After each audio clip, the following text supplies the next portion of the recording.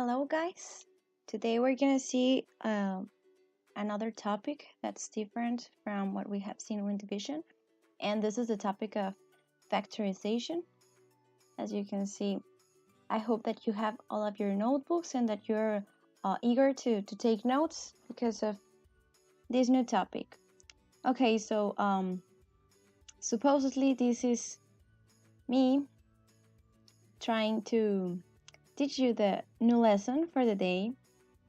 So in the meantime that you're taking out your notebooks, please be sure that you pay a lot of attention because this is a short video, okay? So let's move on to the beginning. So first of all, what can we identify as a factor? Remember, the factor would be the opposite of what we call a multiple, okay? So we have this little guy here asking himself, what can a factor be? And I don't know if you remember from first partial that we saw the prime factorization, okay? So any factor is when we divide into all of the different components of a number that can be not multiples, but rather the factors that make up this number, okay? We could always decompose into prime factors, okay? So all of these numbers that we put here are the factors of 32. And the same thing will happen with algebra, okay?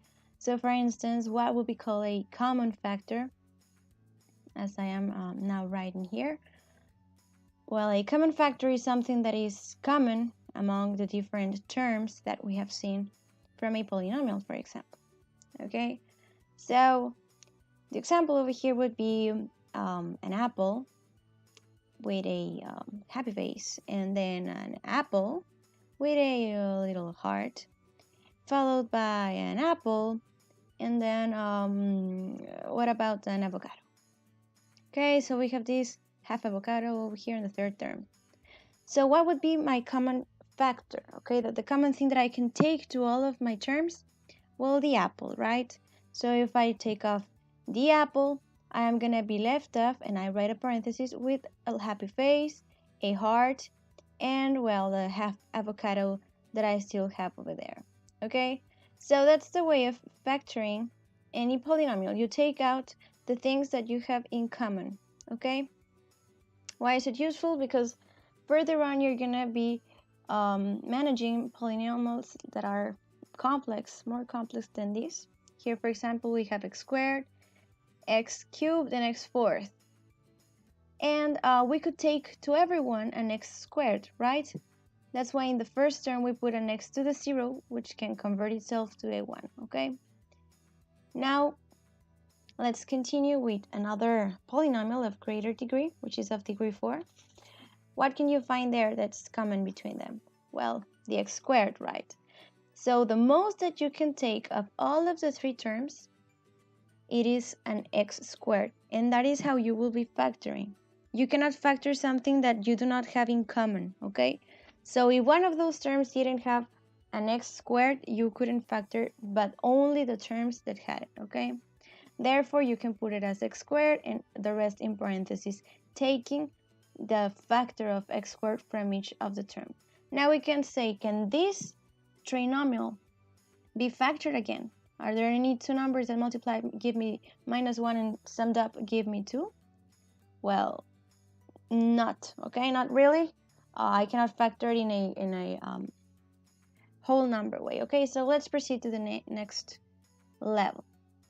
So we have seen already the common factors. Now we're gonna see how we factor a difference of squares. Do you remember what the difference of squares was the result of something? Yes? Okay, those of you who said conjugate binomials are in the right way, okay? So we have seen this many times. The conjugate binomials make up a difference of squares, okay? So recalling this, it's a minus b times a plus b, which give me the difference of square of a squared minus b squared, okay? So now when we factor, instead of multiplying, we're going backwards. We're coming from the difference to its factor, and I'm using these numbers. 3 to the second power minus 2 to the second power can be split into 3 plus 2 and 3 minus 2. Really? Yes, we can prove it. Okay, let's say that this is 9 minus 4, 3 plus 2 is 5, and 3 minus 2 is 1. Okay, therefore 5 will equal 5, and I would have my proof, okay? So I'm gonna use now a pen because I'm gonna do a larger problem. But if you pay close attention to this example, for example, we're gonna have xy fourth over 81 minus 9x third over 100. So the first thing you should ask yourself is there a common factor? And then ask yourself, can I find a difference of squares among that? Okay, so yes, I found a common factor over there, which is x, right? So I can take x to both of my terms, and I would be left with y fourth over 81 and 9x squared over 100, okay? But, oh, I found something else, that the result of that little factorization gave me a difference of squares. So now I can factor that new parenthesis into other two parentheses, which would be the conjugate binomials. Do you remember that?